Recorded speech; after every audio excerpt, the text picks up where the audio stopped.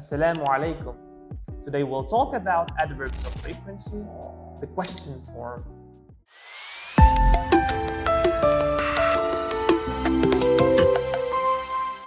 Hi again, adverbs of frequency, the question form.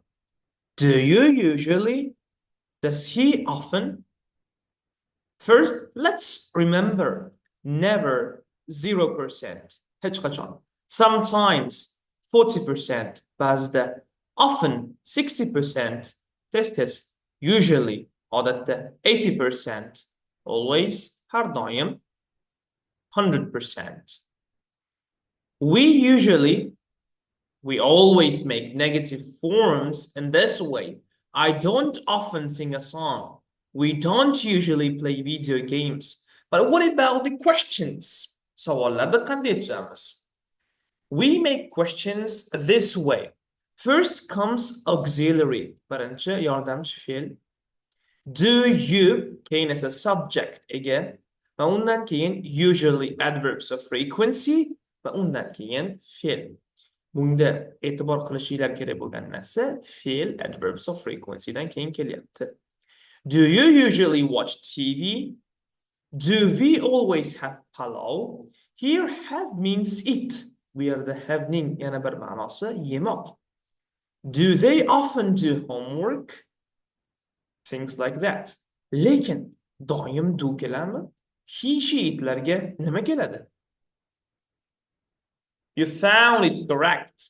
Buni to'g'ri topdingiz. For he, she, it, we use does. Does he usually watch TV? Does she always have palov? Does he or she often do homework? So we have got does for he and she.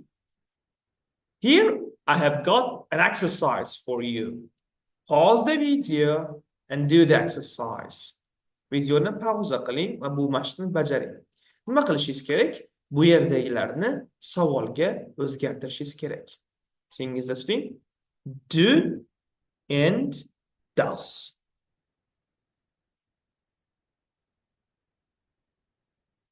I hope you paused the video and did the exercise. Umid qilamanki, videoni pauza qildingiz va mashqni to'liq bajardingiz. Let's get started. You always eat pizza on Fridays. Do you always eat pizza on Fridays? Nimaga do? Chunki bu you. She never goes to school on Sundays. Endi buni savol qilayotganda never savolda never deb ishlatilmaydi, balki ever ga o'zgaradi. Does she ever go to school on Sundays? We usually play football in the park. Do we usually play football in the park? They sometimes watch TV in the evening. Do they sometimes watch TV in the evening? He often drinks juice for breakfast. Does he often drink juice for breakfast? If you found the answers correct, congratulations. Agar savollarga to'g'ri javob bergan bo'lsangiz, tabriklayman. Agar noto'g'ri javob bergan bo'lsangiz, videoni boshqatdan ko'rishni tavsiya qilaman. If you liked the video, please like the video and subscribe. Bye bye.